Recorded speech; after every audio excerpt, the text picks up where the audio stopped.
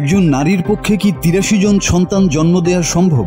প্রথমে শুনলে মনে হবে এটি কোনো ব্যঙ্গচিত্র, বাস্তব নয়। কিন্তু ঘটনাটা পুরোপুরি বাস্তব, আর ঘটেছে ইউরোপের দেশ আলবেনিয়া। দেশটির প্রধানমন্ত্রী এডি রামা ঘোষণা দিয়েছেন তাদের নতুন মন্ত্রী দিয়েলা গর্ভবতী, আর তিনি ৮৩ জন সন্তান জন্ম দিতে চলেছেন। তবে ভয় পাবেন না, এই দিয়েলা আসলে বিশ্বের প্রথম এআই মন্ত্রী। ফলে তার সন্তানরা কেউই মানুষ নয়, বরং ৮৩টি ডিজিটাল এজেন্ট, যাদের প্রত্যেকটিই থাকবে আলবেনিয়া সংসদের ৮৩ জন শাসক দলীয় এমপির পাশে।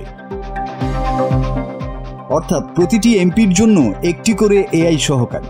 বার্লিনের এক আন্তর্জাতিক অনুষ্ঠানে রামা হাসতে হাসতে বললেন, এই সন্তানরা নাকি সংসদে এমপিদের জানাবে কে কোন বিতর্ক মিস করেছে আর কাকে পাল্টা আক্রমণ করা উচিত।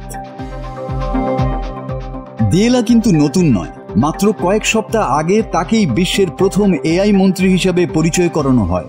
শপথ নয়, স্ক্রিনের মাধ্যমেই পদে যোগ দেন তিনি। তাকে দেয়া হয়েছে সরকারি কেনাকাটার স্বচ্ছতা রক্ষার দায়িত্ব, যেখানে কোটি কোটি ডলারের চুক্তি হয় আর দুর্নীতির গন্ধ ঘুরে বেড়ায়। প্রধানমন্ত্রীর মতে মানুষ নয়, মেশিনই পারবে এই জায়গায় নিরপেক্ষ থাকতে। তবে বিরোধীরা বলছে এই সবই এক ধরনের টেকনো নাটক। তাদের অভিযোগ, দুর্নীতির নজর সরাতেই এই এআই নাটক সাজানো হয়েছে। তবুও আলবেনীয় সরকার বলছে দিয়েলা ইতিমধ্যেই ১ মিলিয়নেরও বেশি নাগরিকের প্রশ্নের উত্তর দিয়েছে, যখন সে কাস্টমার সার্ভিস বট হিসাবে কাজ করত ই আলবেনিয়া পোর্টালে। তাই মন্ত্রণালয়ে তাকে আনা নাকি স্বাভাবিক পদক্ষেপ।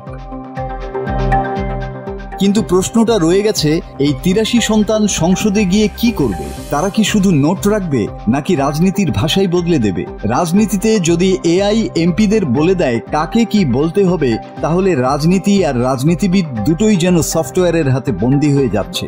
এখন পুরো দুনিয়া তাকিয়ে আছে আলবেনিয়ার দিকে। এই এআই পরিবার ইতিহাস গড়বে নাকি সতর্কবার্তা হয়ে থাকবে, তা জানা যাবে খুব শিগগিরই। মাসুদ হাসান, বাংলা টিভি।